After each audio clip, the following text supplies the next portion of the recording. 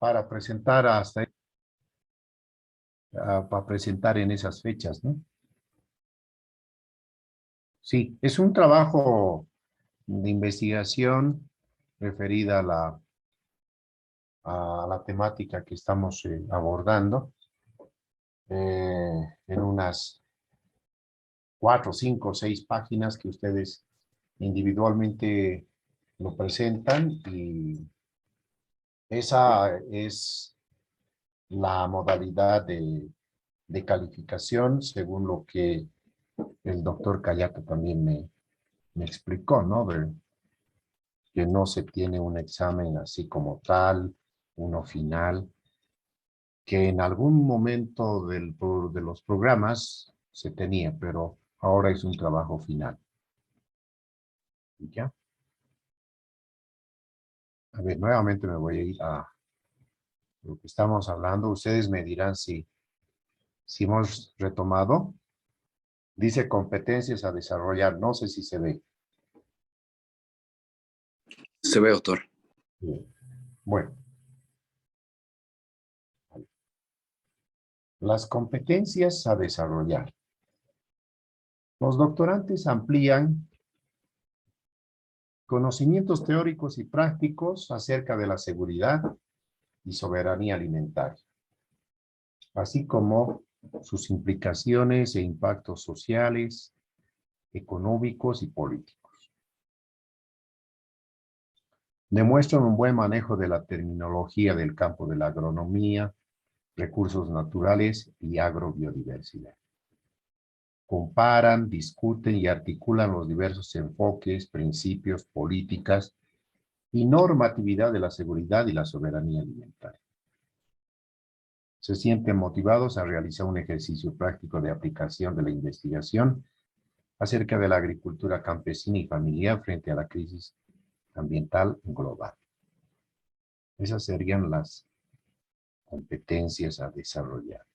Entonces, hasta el 30 de noviembre, con el envío de sus trabajos, del trabajo final, se concluiría este módulo.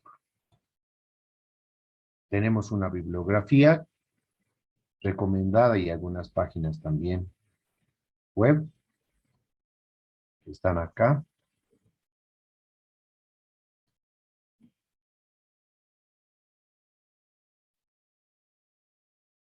Tenemos la evaluación de los trabajos prácticos, cada uno 20, las preguntas para el foro 30, la investigación final 50, sumando 100. No sé si hay algo por aclarar en esta forma de evaluación. Doctor, una pregunta. Sí. Normalmente estaba distribuido las clases en 4 semanas.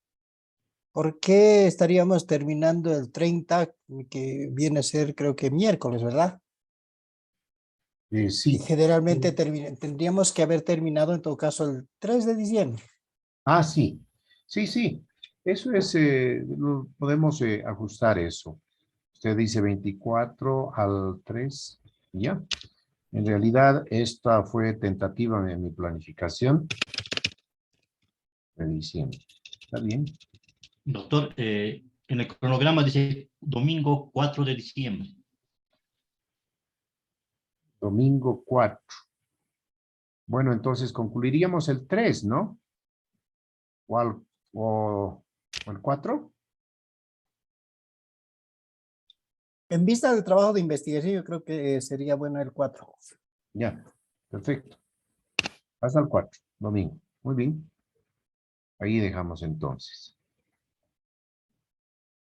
Otra consulta más, doctor, en el tema de lo que la ponderación en los foros está puesto como 30 y cada trabajo vale a 20, serían 40, suma más de 100. Creo que el foro vale 10, doctor. Normalmente lo han tomado de esa forma. Trabajos prácticos son 2, cada uno. A 20 serían 40. No. Y el foro es 10. Cada uno 10 es acá, ¿no? 20. Ah, ya.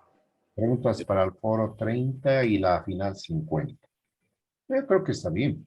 Y si hay algo que ajustar, yo voy a conversar con el doctor Cayata, quizás él tenga algún modelito más aplicado, entonces me lo envía y lo ajustamos, no hay ningún problema. Está bien, ¿Sí? doctor, gracias. Doctor, Sí, ¿qué posibilidades hay de que se pueda habilitar todos los trabajos, dado de que trabajamos y hay ya. algunos espacios de tiempo en el que podemos a ir adelantando y así aprovechamos para no tener dificultades al último? Ah, sí, Si sería posible. sería Gracias, posible. doctor.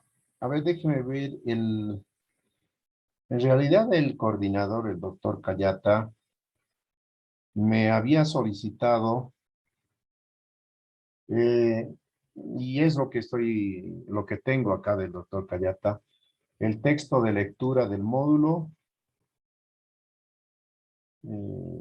las diapositivas, que dice que pueden ser en PDF, 2 trabajos semanales, uno para cada semana,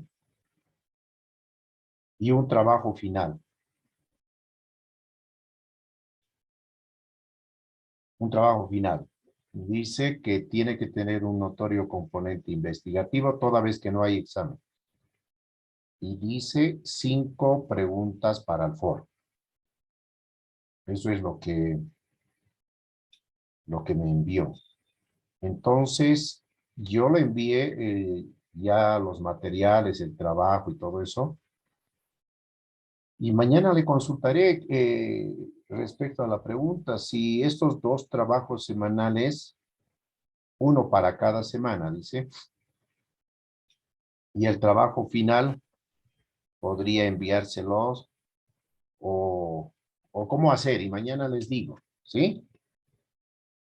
O Bien, quizás, gracias, doctor. o quizás me dice él, no, es que cada semana se entrega un trabajo. Veremos la respuesta que me dé. ¿De acuerdo? De acuerdo, doctor. Ya, muy bien. Eso es entonces. Doctor, Sí, muy buenas noches, doctor, colegas. Yo considero de que si usted lo ha planificado de esa manera, en sí. realidad porque usted es el docente y yo lo veo bien, ¿no? Ujú. Llevarlo a cabo tal como usted lo ha planificado. Ya. Eh, no sé Sí, si... Ese es a mi parecer, ¿no? eso sí puede ser, sí. Si nos da menos un trabajo, pues qué mejor agradecidos con usted que una semana estemos libres, porque ya se nos viene quizás la defensa, nos tenemos que preparar, hay muchas cosas fin de año, Sí, tenemos ya planificar ferias educativas, actos de clausura, claro, tenemos claro. varios acontecimientos, entonces yo le agradecería de esa manera, doctor. Ya, de acuerdo, muy bien. No son trabajos ampulosos estos, ¿no? Sino es más de análisis y a partir de las lecturas. Muy bien. A ver. Voy a mostrarles acá el concepto básico. Después vamos a apoyarnos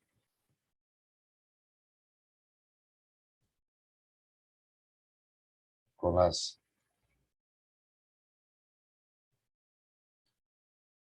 lecturas. Tenemos un concepto acá que nos dice, eh, los términos de soberanía alimentaria y seguridad alimentaria eh, se han puesto, no de moda, ¿no? No podemos decir ese término, sino se han puesto más, se han dado más a conocer en el gobierno de Evo Morales, ¿no? En el anterior gobierno, diríamos a partir se ha trabajado fuerte. Yo trabajé en el INIAF también, eh, casi 2 años, ¿sí? En el ministerio. El año 2013 fue pues el año internacional de la quinoa. El 2000 12, si no me equivoco, el 14, fue el año mundial de la agricultura familiar, ¿no? Entonces, se ha ido dando ímpetu, fuerza, ha ido tomando, digamos, mayor vigor estos términos, estos enfoques de seguridad y soberanía alimentaria. A partir, yo diría, del 2010, 2011, 12, 13, todos estos años, se ha ido trabajando en estas temáticas que no son inventos del gobierno, ¿no? Sino que son políticas que están bajo el paraguas de las Naciones Unidas, que forman parte de la visión que tienen no solamente este organismo, sino el conjunto de países, instituciones como la FAO también importante, y las instituciones de investigación y desarrollo enfocadas a la alimentación que los distintos países tienen. Y Bolivia es uno más que adopta esta forma de trabajo y lo va asimilando, lo va promoviendo. Se han tenido logros también importantes en estas temáticas. Y en este último tiempo, no es que se haya opacado, pero un tanto se ha ralentizado el manejo de estos conceptos, de esta nueva visión, ¿no? Soberanía alimentaria y seguridad alimentaria van juntos. No son lo mismo, pero tienen una estrecha relación. En tal sentido, la soberanía alimentaria es el derecho de los pueblos a definir su propia alimentación, su propia agricultura, a proteger y regular la producción y comercialización nacional a fin de lograr objetivos de desarrollo sostenibles, a determinar la medida en que quieren ser autosuficientes, a restringir el dumping de productos en sus mercados y a proporcionarle a las comunidades de pescadores artesanales y agricultores la prioridad en la administración del uso de recursos agrícolas y acuáticos y los derechos sobre los mismos.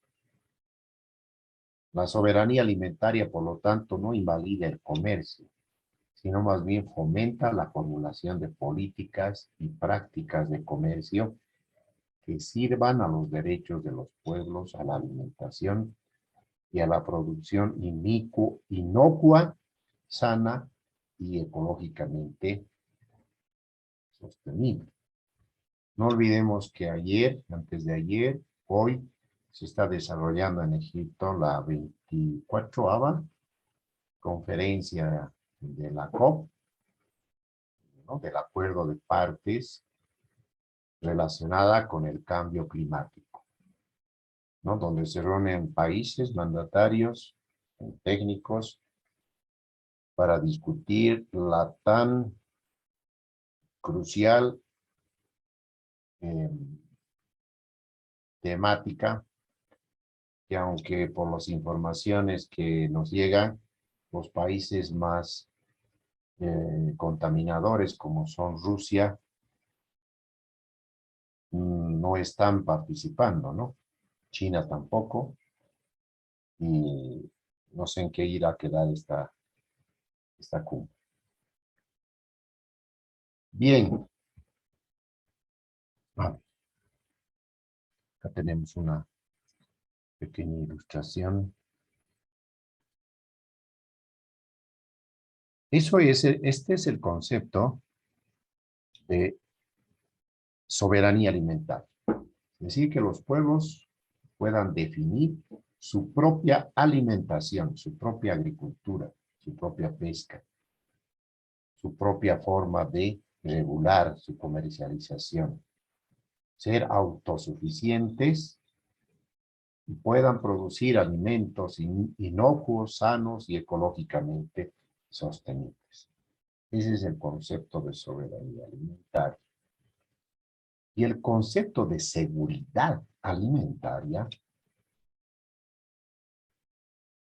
es el siguiente.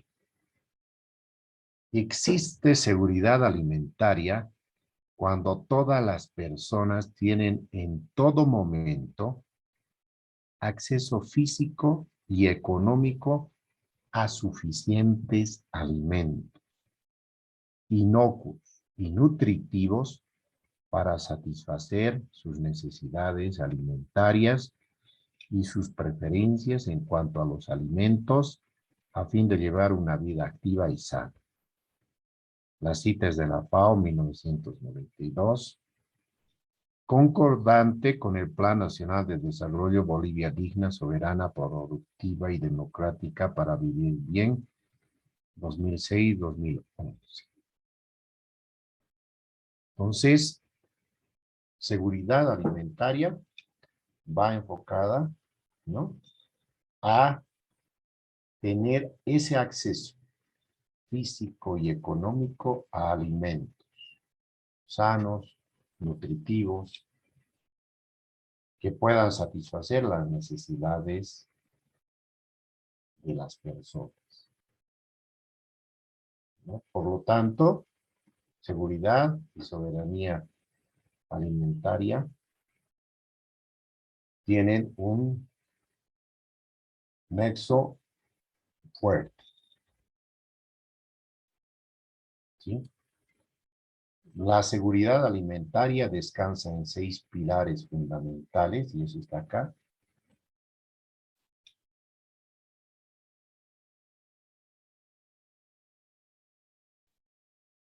Hoy en día, el acceso al agua, una fotografía que he querido mostrar esto es en la India, ¿no?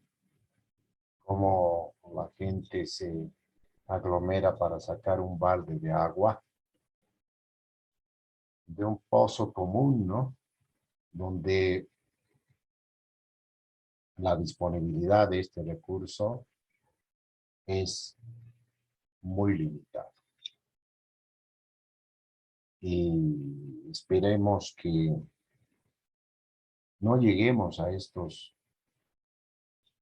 situaciones en nuestro país, aunque ya en muchos lugares se va sintiendo el déficit de agua, de alimentos, de producción agrícola, pecuaria, pesca, ¿no?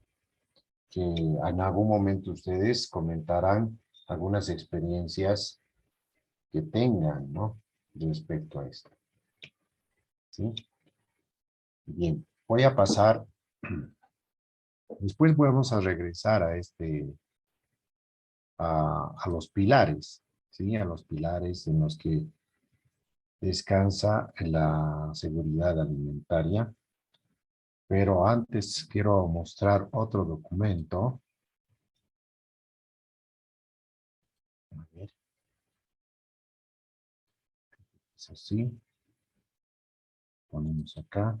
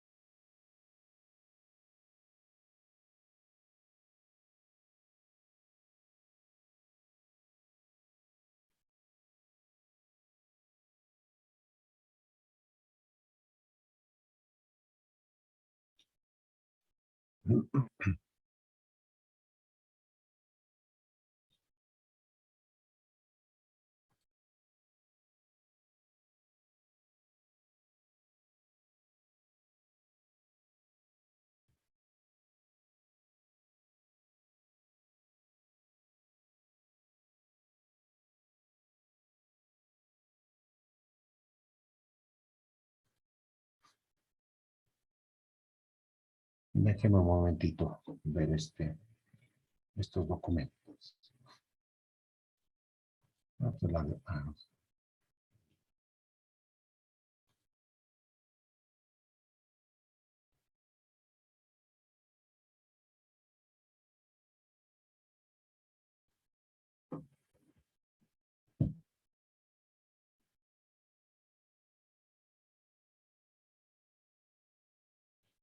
No sé si ustedes ven este documento en celeste.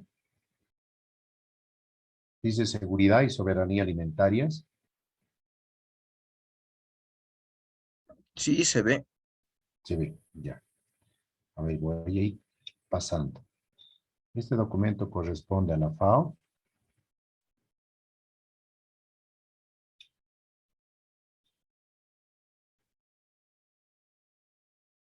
Un poquito pesado, que vaya cargando. ¿Sí?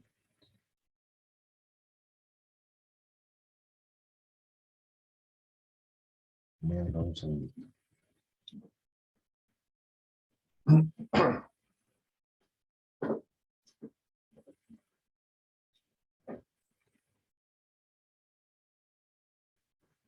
A ver.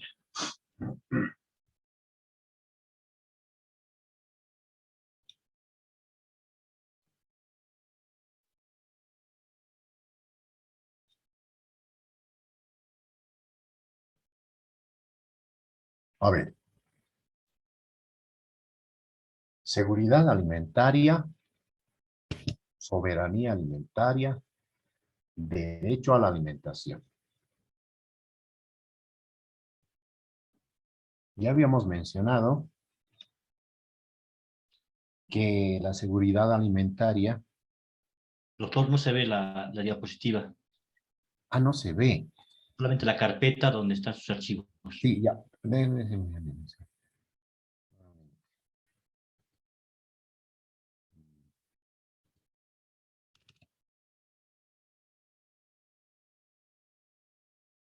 Es un documento celeste. Me parece que lo está abriendo. En celeste. Ahora Seguridad. sí, Ya. Pero a ver, avanzaré. ¿Se ve? Sí. Ya. Que vaya cargando, por favor.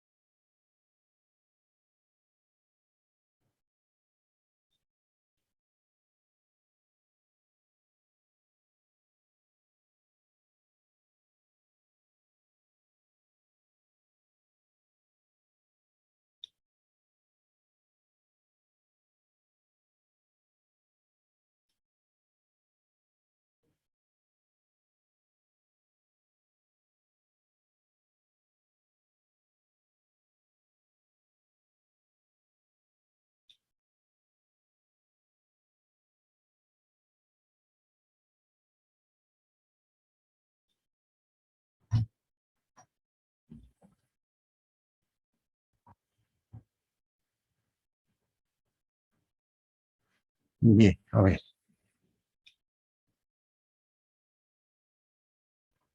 Decíamos que existe seguridad alimentaria cuando todas las personas tienen en todo momento acceso físico y económico a suficientes alimentos inocuos, nutritivos para satisfacer sus necesidades alimenticias y sus preferencias en cuanto a los alimentos, a fin de llevar una vida activa y sana, ¿no? Ese es un concepto general donde se hace énfasis en la disponibilidad de alimentos, el acceso a los alimentos, la utilización biológica de los alimentos y la estabilidad. Por lo tanto, la FAO refuerza el concepto, ¿no? E indica que en un entorno político, social y económico pacífico, estable y propicio, constituye la base fundamental que permitirá a los estados contribuir la debida prioridad a la seguridad alimentaria y la erradicación de la pobreza.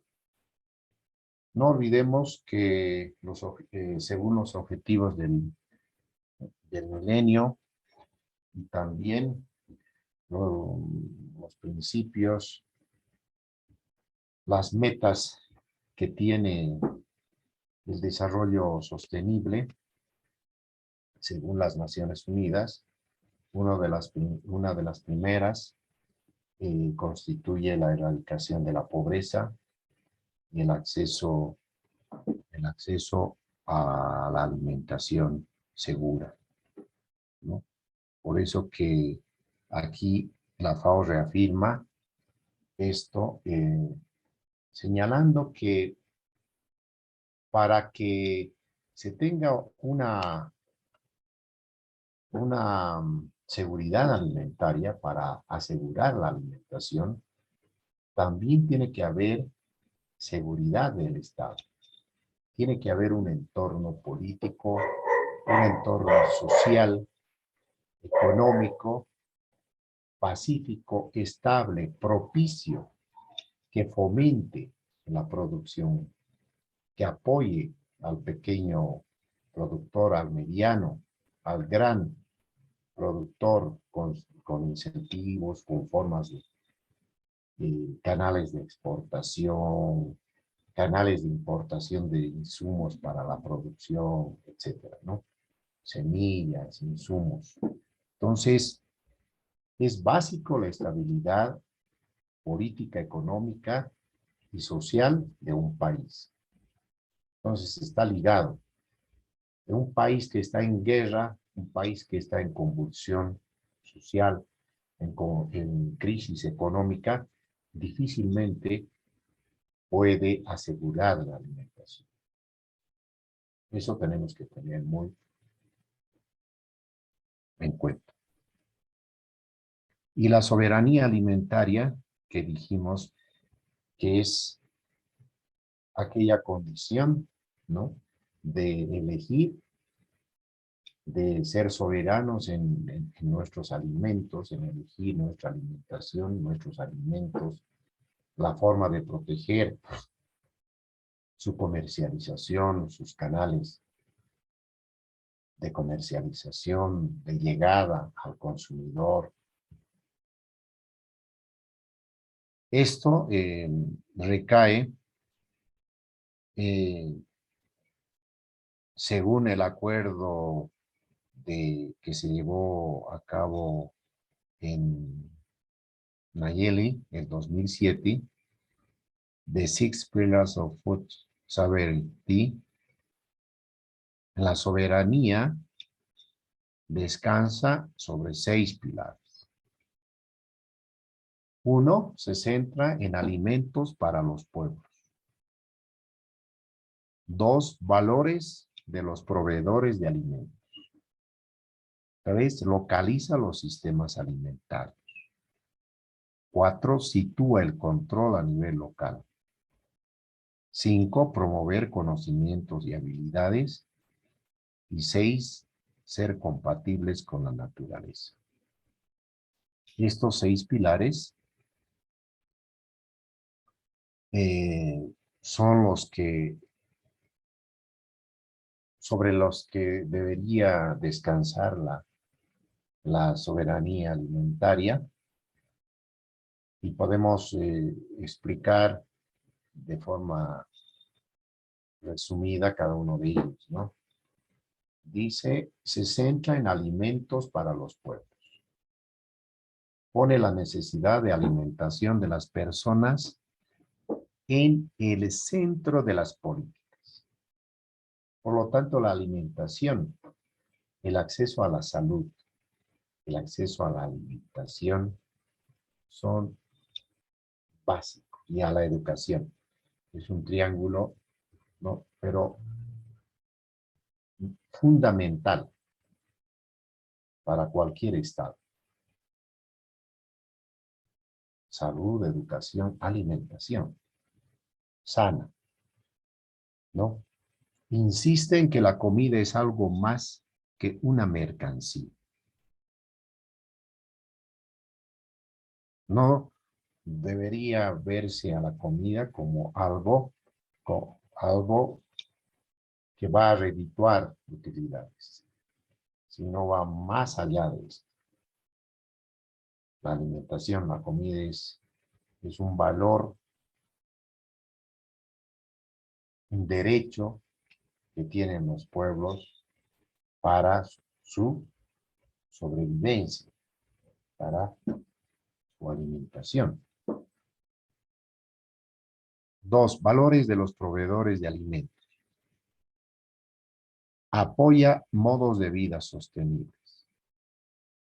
Y B. Respeta el trabajo de todos los proveedores de alimentos. Tenemos que tener presente siempre que los proveedores de alimentos, los productores básicos de alimentos, de productos agrícolas, de productos ganaderos, forman una parte del eslabón muy importante, porque sin ellos estamos viendo lo que está sucediendo en estas últimas semanas o días, semanas diría, con el conflicto de Santa Cruz, cómo desestabiliza el acceso a la alimentación.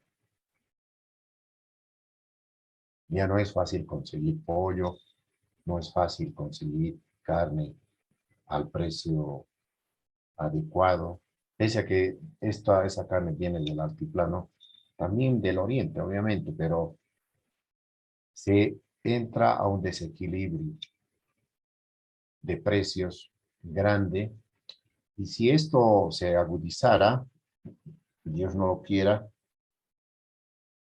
se puede llegar a extremos mucho más fuertes, ¿no? Tener un desabastecimiento ya masivo, y eso ya sería una cosa grave. Como que en algunos momentos de nuestra historia hemos pasado. Bueno, localiza los sistemas alimentarios. Ese es el tercer pilar. Indica que reduce la distancia entre proveedores y consumidores. Rechaza el dumping y la asistencia alimentaria inapropiada. Resiste la dependencia de corporaciones remotas e irresponsables. En eso se está refiriendo a que los mecanismos y las políticas que deben ejercer los países es reducir la distancia entre proveedores y consumidores. a través de diversos mecanismos, tanto desde el gobierno central, departamental, municipal. Se debe trabajar en esta temática, de reducir esa distancia, esa brecha, de reducir a los intermediarios, de acercar más a proveedores y consumidores, a productores y consumidores. Rechazar el dumping. Este término de dumping se refiere a la comercialización de un producto alimenticio, agrícola, muy por debajo o igual al costo de producción e inclusive por debajo del costo de producción, para así hacerle competencia a los competidores, a otros productores de ese mismo producto y hacerlos fracasar. Esto está penalizado en muchos países de Europa. En el nuestro no, pero hay una regulación, ¿no? Del dumping. Pero pese a eso, el contrabando es el que se encarga, si se quiere, de este dumping, ¿no? Entran precios de cebollas, zanahorias y otros productos por debajo del precio que, digamos, un productor de Sucre, de Chuquisaca, de Potosí o de otro lugar está comercializando. Entonces, mata a ese productor, ¿sí? Resiste, dice, la dependencia de corporaciones remotas e irresponsables. Es decir, que con esto se está refiriendo también a las grandes corporaciones de alimentos y la transformación de los mismos, que vienen pues de distintos lugares con diferentes empaques, etcétera, y que se meten a los mercados, especialmente en nuestros países, para distribuir esos, entre comillas, alimentos. Sitúa el control a nivel local. Es el cuarto pilar. Lugares de control en manos de proveedores locales de alimentos. Reconocen la necesidad de habitar y compartir territorios y rechaza la privatización de los recursos naturales. Entonces, aquí dice que el cuarto pilar que se debe controlar, ¿no? Los lugares de proveedores locales de alimentos. Rechazar la privatización de recursos naturales. Fomentar la producción. Si se va a titular tierras, el fin primordial debe ser la producción de alimentos. No es que se va a titular tierras para luego asfaltar y construir casas y después vender o revender terrenos, sino que el fin social de la función de esas tierras debe estar enfocada a la producción. Por eso dice, rechaza la privatización de recursos naturales. El quinto pilar señala promover conocimientos y habilidades. Aquí se basa en los conocimientos tradicionales. Promueve esos conocimientos. La forma de producir. Nadie puede venirnos a imponer una forma de producir oca, digamos, paliza, o cualquier otro producto. Si tenemos conocimientos tradicionales, conocimientos locales, ancestrales, de buenas prácticas, cuidando el medio ambiente. Esa se debe promover. Utiliza, dice, la investigación para apoyar y transmitir esos conocimientos a generaciones futuras. Rechaza las tecnologías que atentan contra los sistemas alimentarios locales. A estas tecnologías se está refiriendo en algunos casos a la utilización de químicos que dañan no solamente la tierra, sino todo el hábitat, el microhábitat de flora, de fauna, de esos suelos.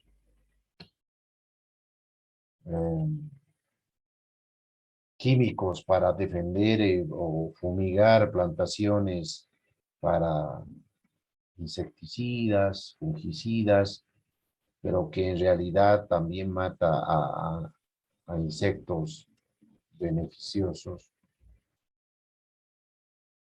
Después, ciertas tecnologías, producto de la biotecnología, como los transgénicos, que en muchos casos pueden causar ciertas enfermedades. Hay quienes indican que sí, otros estudios señalan que no pasa nada, ¿no?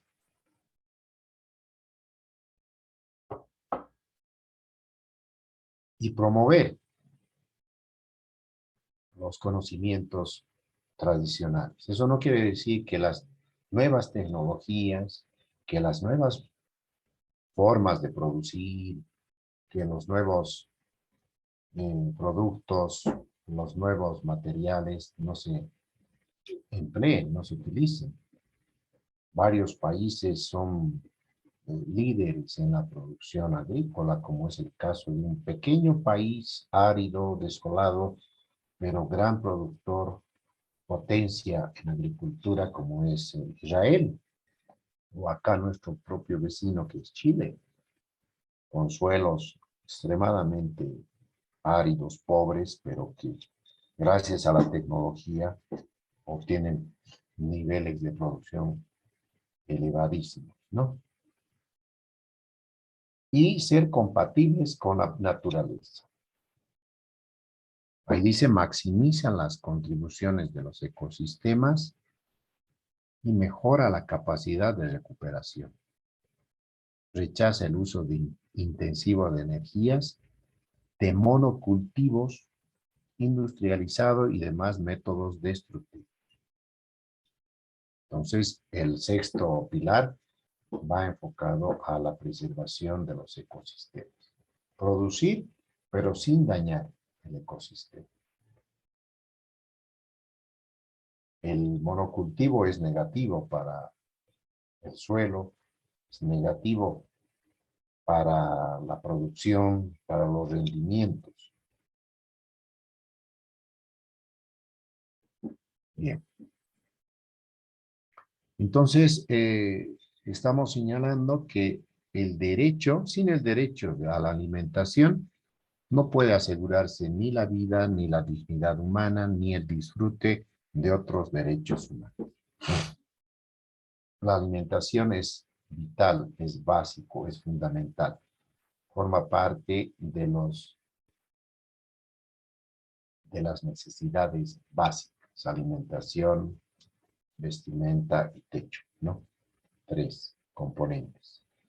Las demás necesidades son secundarias, muchas son necesidades suntuosas inclusive y tal, pero la alimentación juntamente con el techo, la ropa, el acceso a la salud y a la educación son básicos.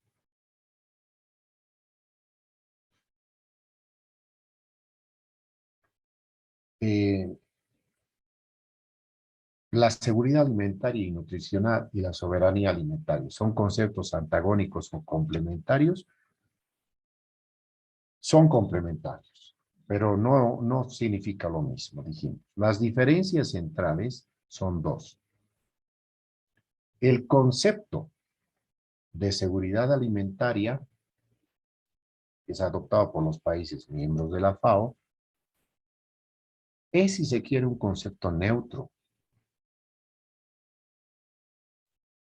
en términos de correlación de fuerzas. No prejuzga sobre la concentración de poder económico en los distintos eslabones de la cadena, ni en el comercio internacional de alimentos, ni en la propiedad de los medios de producción, como la tierra o más contemporáneamente el acceso a la información.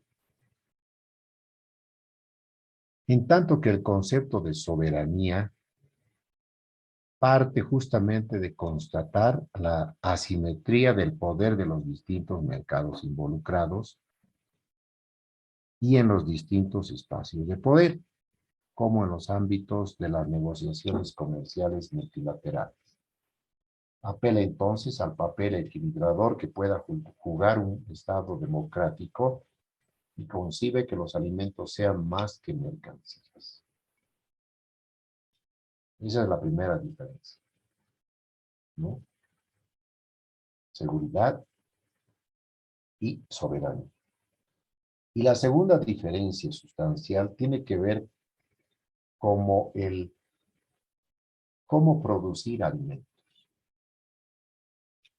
Aunque la FAO ha sido pionera en temas relacionados con buenas prácticas agrícolas, manejo sustentable de recursos naturales, el principio precautorio en relación con las OGMs, son los organismos genéticamente modificados, estas OGMs, agricultura verde, etcétera, precisamente por la naturaleza de un organismo, de la FAO, no podría adoptar una posición enfática o única respecto a las distintas formas de producir.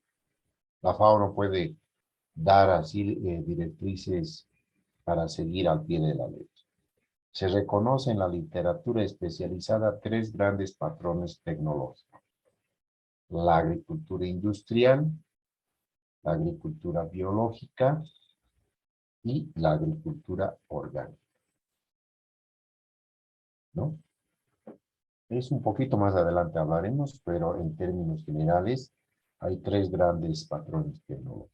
La industrial, que se basa en el uso intensivo de combustibles fósiles; la biológica, que utiliza biomasa y biotecnologías, de las cuales las OGM son apenas una parte; y la agricultura orgánica o ecológica.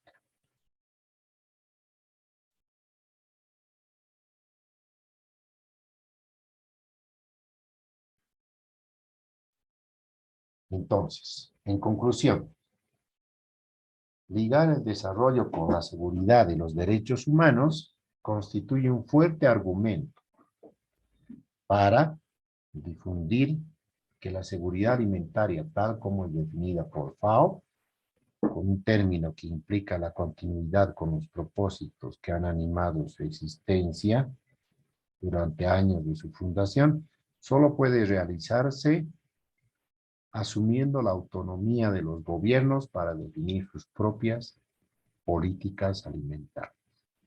Los gobiernos definen, cada gobierno define su propia política alimentaria. La prioridad de la agricultura familiar se deriva de los requerimientos ambientales, económicos, las realidades y el cambio en el ámbito agroalimentario. Nuestra alimentación es distinta a la alimentación que se tiene en Canadá, a la alimentación que se tiene en la India o a la alimentación que se tiene en el Brasil mismo, aquí mismo, ¿no? Las formas de producir y los productos que se extraen, la forma de preparar, de servir, de platos, etcétera, son distintos. Cada país tiene sus particularidades. Y los gobiernos tienen la tarea de definir sus políticas alimentarias. Entonces, el fomento a la agricultura, fomento al pequeño, mediano productor, no es algo que se tiene que rogar, si se quiere, a los gobiernos, sino que es una obligación, es una tarea de los gobiernos promover, fomentar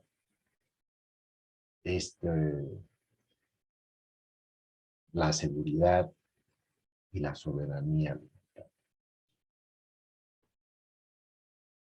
¿Sí?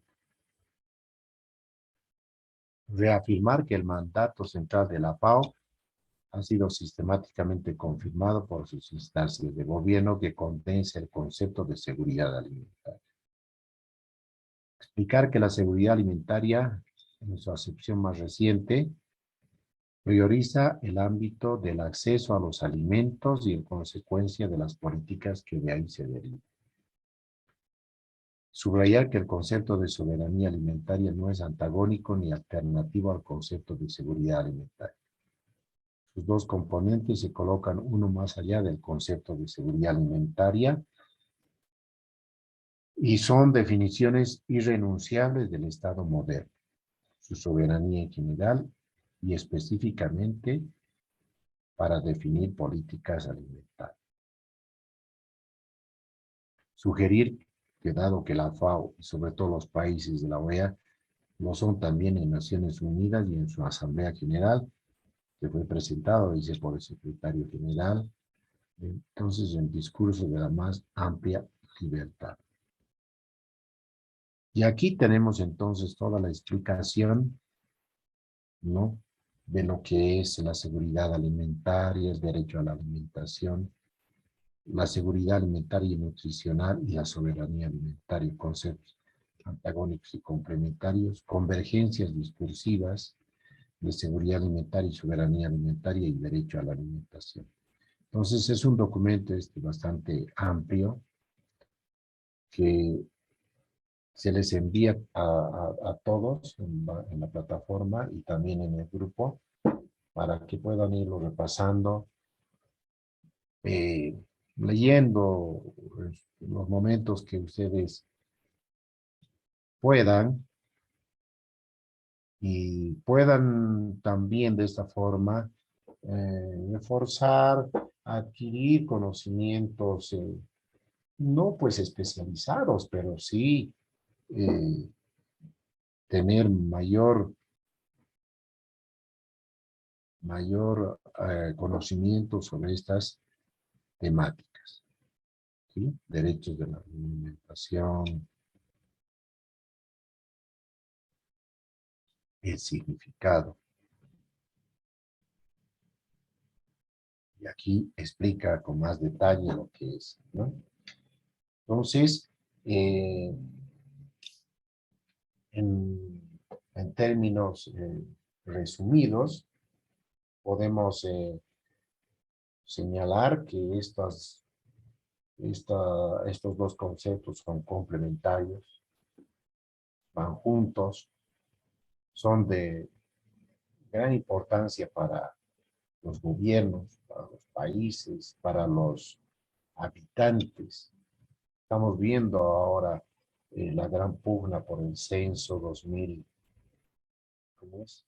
Por el censo 2023, 2024, y estas disputas que se están dando, que en definitiva radican en la asignación presupuestaria para el desarrollo, ¿no?, de los municipios, de los departamentos, de las regiones, para atender las necesidades de salud, de educación, de producción, de fomento a la alimentación y tantas otras tareas que tienen los gobiernos subnacionales, ¿no?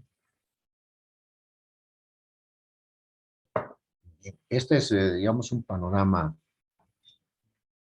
general de lo que estamos tratando en este módulo. Entonces, vamos a pasar, siendo casi 8:30, 8:25, vamos a pasar un poquito a una ronda de preguntas o comentarios respecto a a cómo ustedes también ven la seguridad alimentaria y la soberanía alimentaria en nuestro país y algunas dudas que puedan tener o eh, algunos otros experiencias, conocimientos o pronósticos, ¿no? De, de nuestra situación como país, como Bolivia. A ver, les doy la palabra a ustedes. Ahora, por favor.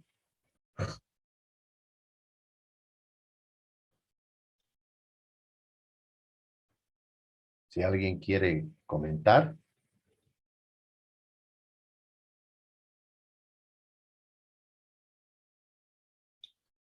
Algún participante, a ver.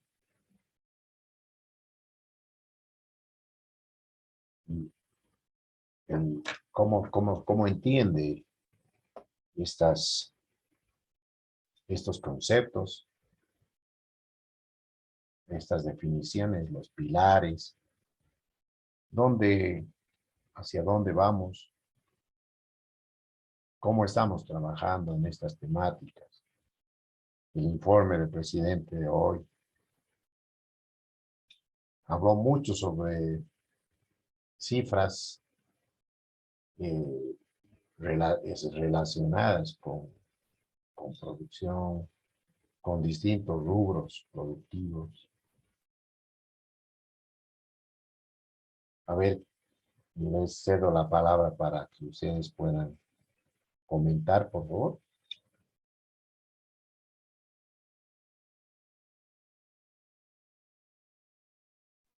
Doctor, Adelante.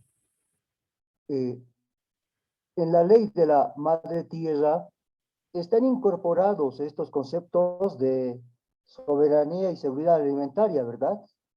Sí, están incorporados. En realidad, hay un plan que es Bolivia digna y soberana, ¿no? Con sus metas y sus proyecciones para al 2030 inclusive, que se ha ido trabajando en el marco del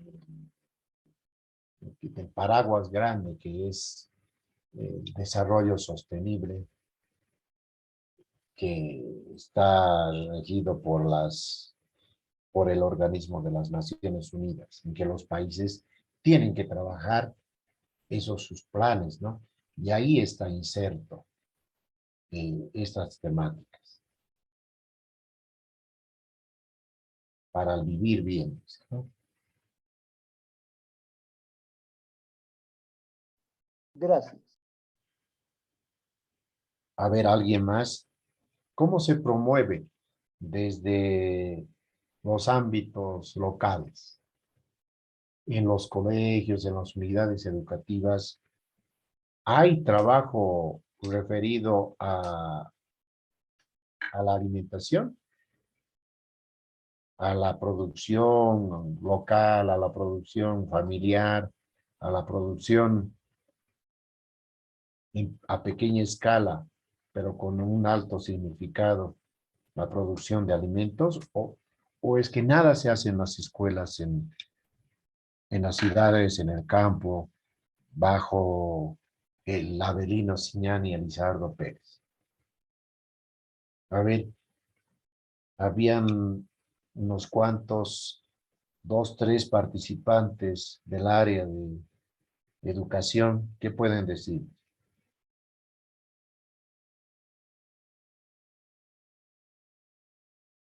¿Cómo se adopta?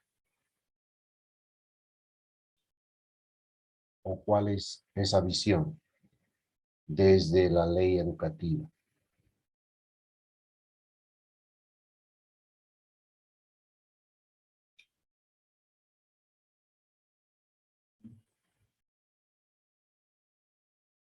No hay.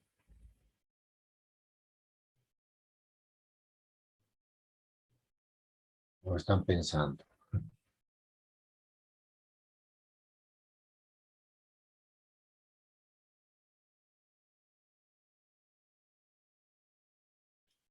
Uno de los retos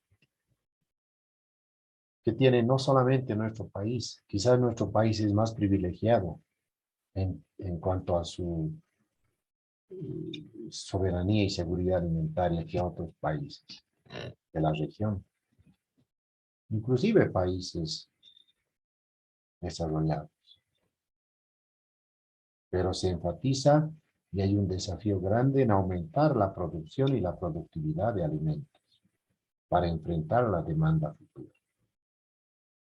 No olvidemos que gran parte de nuestros alimentos básicos, de lo que se denomina la canasta familiar, vienen también de países vecinos por vía legal o por vía contrabando, pero igual entran. Y el reflejo de lo que se ve, o reflejan los precios, en realidad no son los precios con los que debería o en los que debería comercializarse. No, muchos productos están subvencionados. En realidad, el pequeño productor, el campesino, es que nos subvenciona. Subvenciona a las ciudades con su trabajo. Doctor, ¿Sí? una pregunta con respecto a lo que menciona. Cuando hablamos de soberanía alimentaria y nosotros al depender de la importación de alimentos de otros países, no iría en contra de la soberanía, digamos, este aspecto, porque deberíamos producir lo que nuestro país puede producir de acuerdo a sus diversos ecosistemas, a sus diversos climas que tiene y la posibilidad, digamos, de producir una diversidad de alimentos en nuestro país. Pero vemos que es verdad lo que usted dice, lo que menciona, que existen alimentos que se introducen, ya sea de manera ilegal o por contrabando, de otros países, y en muchos casos tenemos una dependencia, como por ejemplo el maíz que se introduce, que nosotros importamos de otros países. Y Sí. ahí no estaríamos perdiendo esa Esa soberanía vo- que tanto lo mencionamos, como que somos productores de nuestros propios alimentos o algo así. Sí, tiene razón, va enfocado a eso. Lo que pasa también es que la capacidad productiva de nuestro aparato, no productivo, valga la redundancia, no satisface pues esas demandas, la demanda, ¿no? Por eso que importamos mucho trigo, mucha harina. Si producimos algo de trigo, pero importamos, ¿no? Más de un 60% de harina, por ejemplo, o en el caso del maíz. En otros productos como la soya, exportamos, tenemos volúmenes mucho más apreciados, ¿no? O arroz también, que somos productores, pero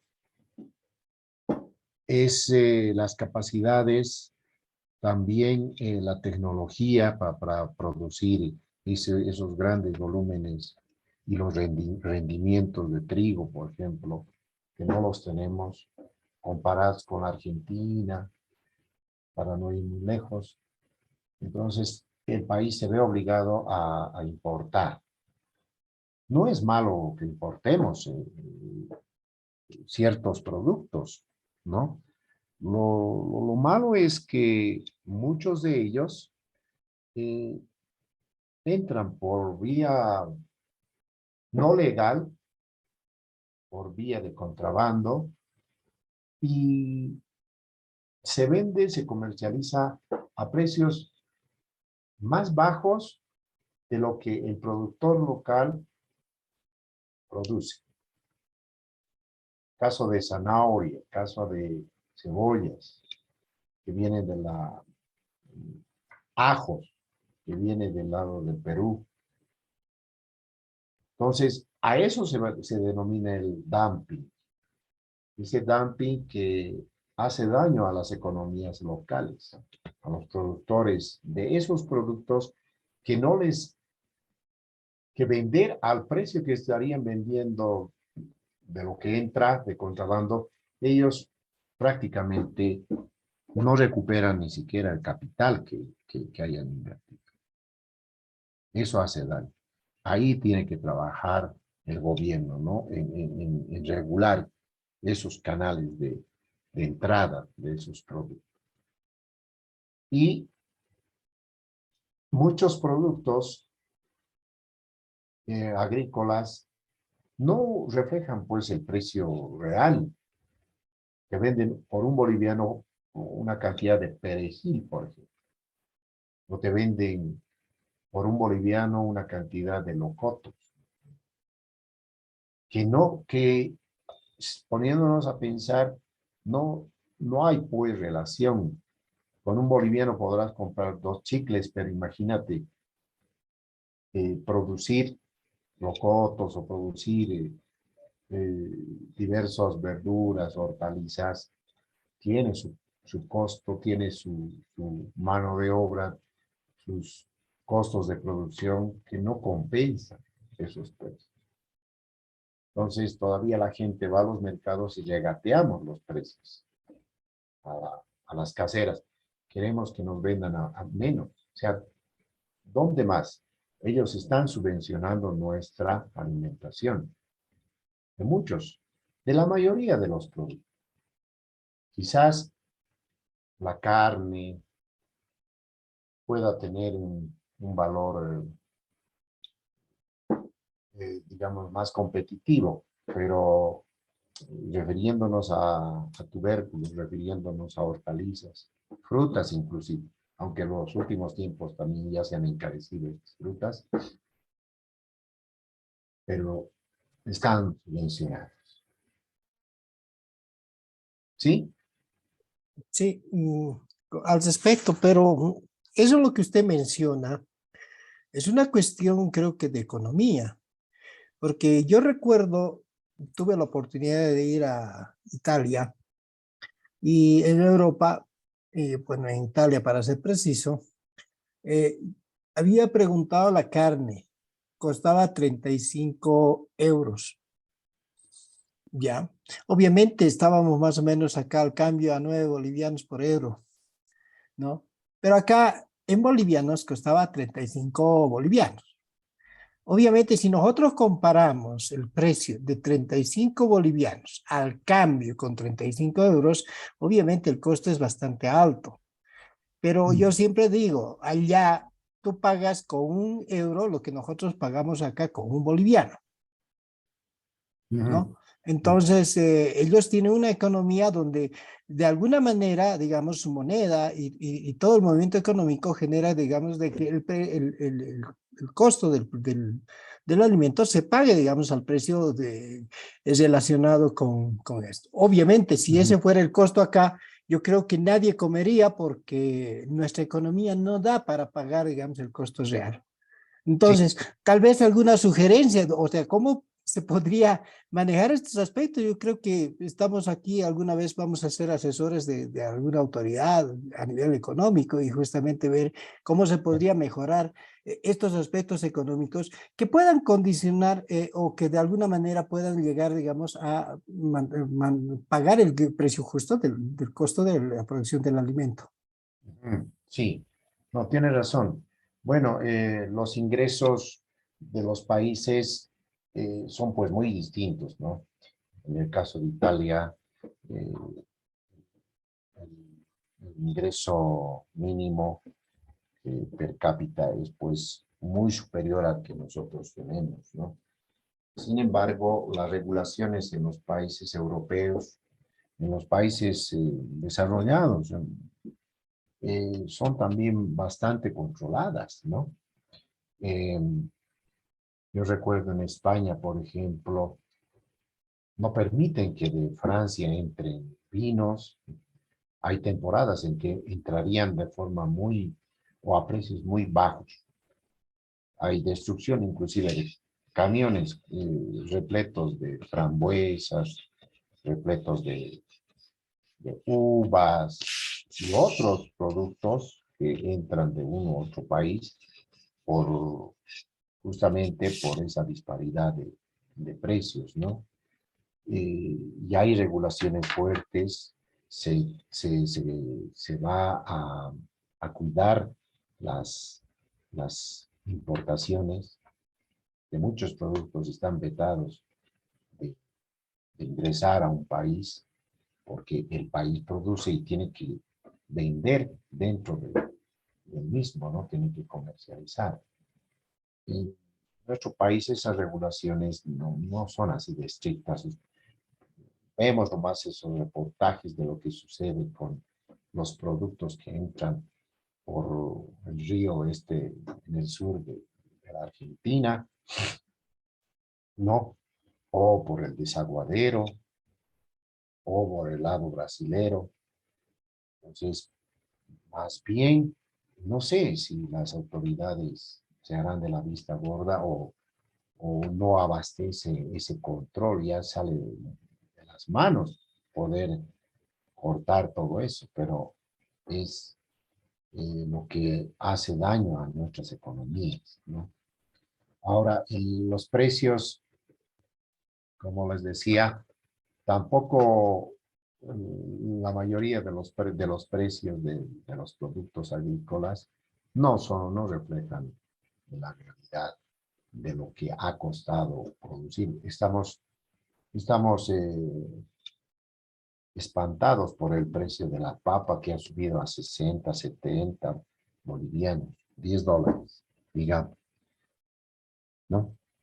Pero a ver, producir esa papa en 5 meses, con todos los riesgos climáticos, desde las operaciones agrícolas, la contratación de tractor, de mano de obra, de las labores culturales, las labores que requiere después sembrar, antes de siembra, después de la siembra, el cuidado, el riego, ¿no? Las aportaciones, todas las fases que se tienen, las labores culturales, como se denomina en agronomía, hasta la cosecha, lo laborioso que es cosechar papa. Y luego llevar al mercado, cargar a los camiones, etcétera, transportar a un mercado. Y la gente ve horrorizado esos precios, ¿no? De 60, 70 que haya subido la papa. Pero esos costos de producción son pues mayores inclusive que lo que se estaría vendiendo en $10 la arroba, ¿no es cierto? Entonces, también la ciudadanía de las ciudades, valga la redundancia, de las ciudades, nos debemos dar cuenta eso, de que a ver, $10, pongámonos a pensar, debe costar pues esta visera, ¿no? Esta visera que me estoy poniendo, hecho en China, no sé dónde, cuesta pues así, ¿no? O una polera, cuesta pues 50, 60. Y que sale de una industria por millones de unidades. Entonces, querer comparar con la producción, lo que ha costado al pequeño productor esa su arroba de papa, no tiene comparación, no tiene punto de comparación. ¿Sí? Entonces, toca repensar y vamos a llegar a momentos también difíciles con el tema productivo, con el acceso a la alimentación, por muchos factores, climáticos, costos de producción, la migración campo-ciudad. Mucha gente ya mayor, de tercera edad, pues va muriendo, va quedando sus hijos, nietos, etcétera, otras generaciones que ya no producen. Se han venido al alto, a las ciudades, están en Santa Cruz, en diferentes lugares, con otras actividades, con otras perspectivas, con otra visión, con otra mentalidad, o muchos se van inclusive afuera, y los que quedan son menos. Y esos eran los que producían.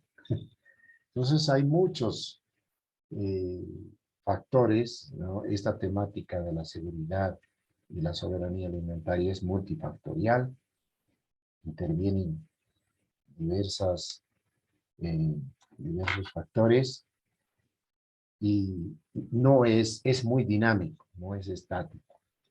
Lo que ahora tenemos en nuestra mesa, si se quiere, puede que de aquí a unos años nos cueste tener eso mismo. Ese queso, esa leche, esas papas, esos huevos, esos productos alimenticios pueden ser distintos, pueden cambiar, o no podemos tener acceso ya a los mismos. Eso tenemos que ir siempre pensando. Mucha gente lo toma muy a la ligera, ¿no? Entrarse a comer a la esquina, pedirse un plato o una salchipapa, o ahí pues cree que la alimentación siempre va a abundar, va a haber más oferta que demanda. No es tanto así, no es tanto así. No sale de una industria siderúrgica, no sale de una industria petroquímica de los productos. Salen de la tierra, de cuidar, de trabajar, ¿no? Bien. Bueno, a ver, algún otro comentario más.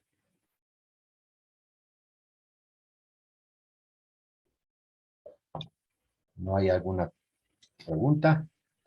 ¿Algún comentario? Doctor, buenas noches. ¿Cómo está? Buenas noches. Bueno, quiero hacer un comentario, ¿no? Adelante.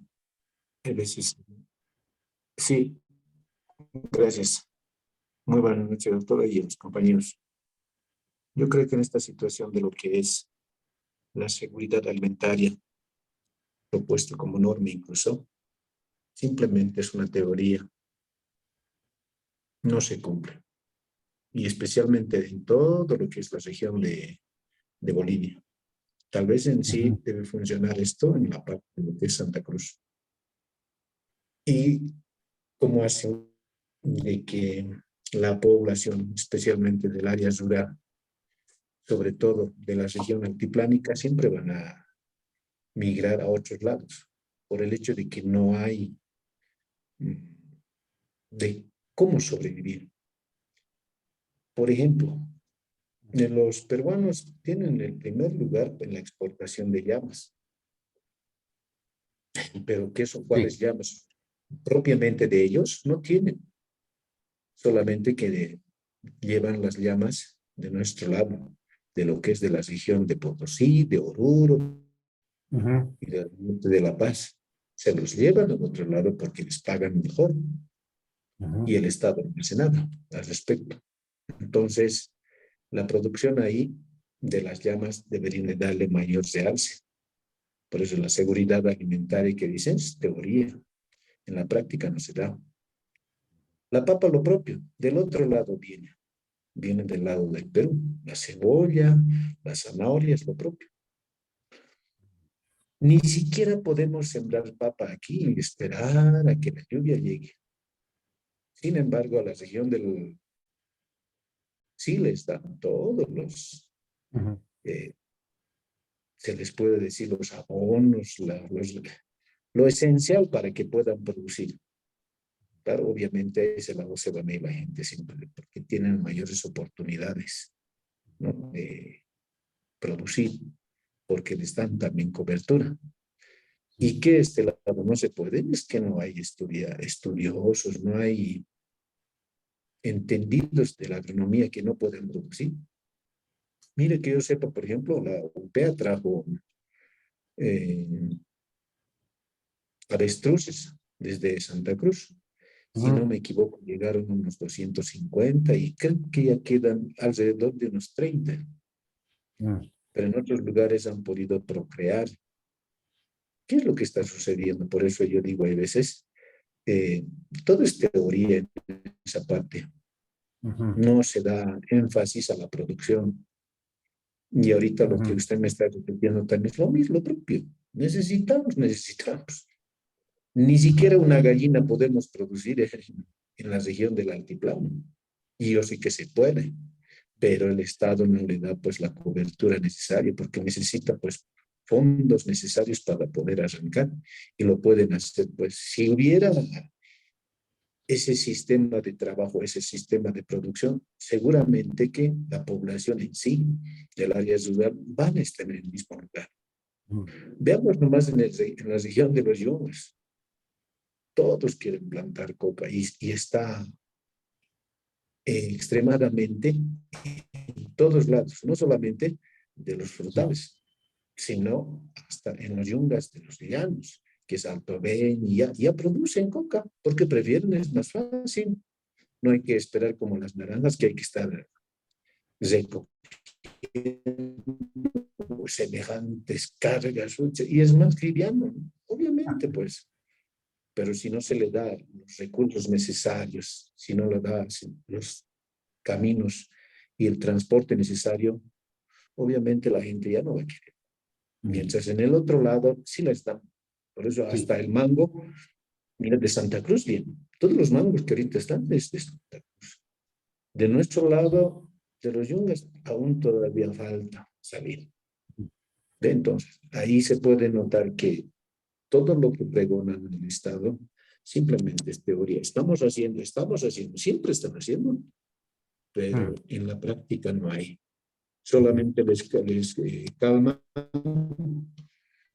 con las canchitas de fútbol, con algunos incentivos que les dan y algunos productos que les dan, no como lecherías de recolección ni nada, pero ninguno ponemos para decir, van a ser que es un equipo.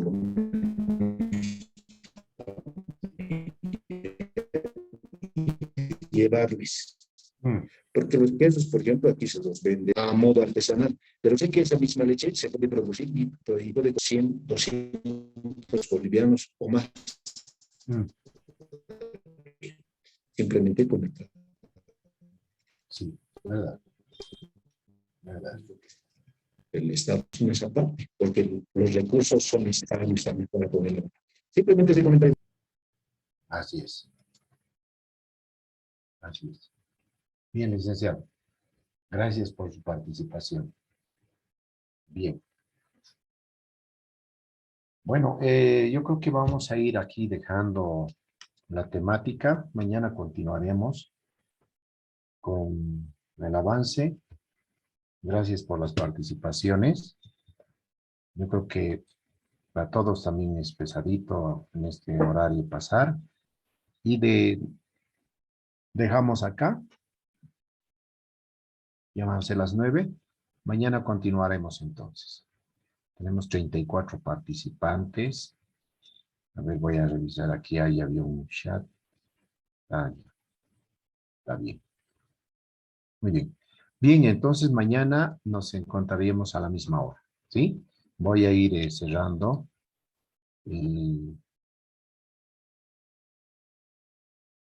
enlace. Buenas noches, doctor. Buenas noches. Gracias. Descanse. Pregunta, por favor. Que descanse. ¿Me reitero la pregunta? Por favor, dice. Un ratito. Bien, buenas noches. Buenas noches.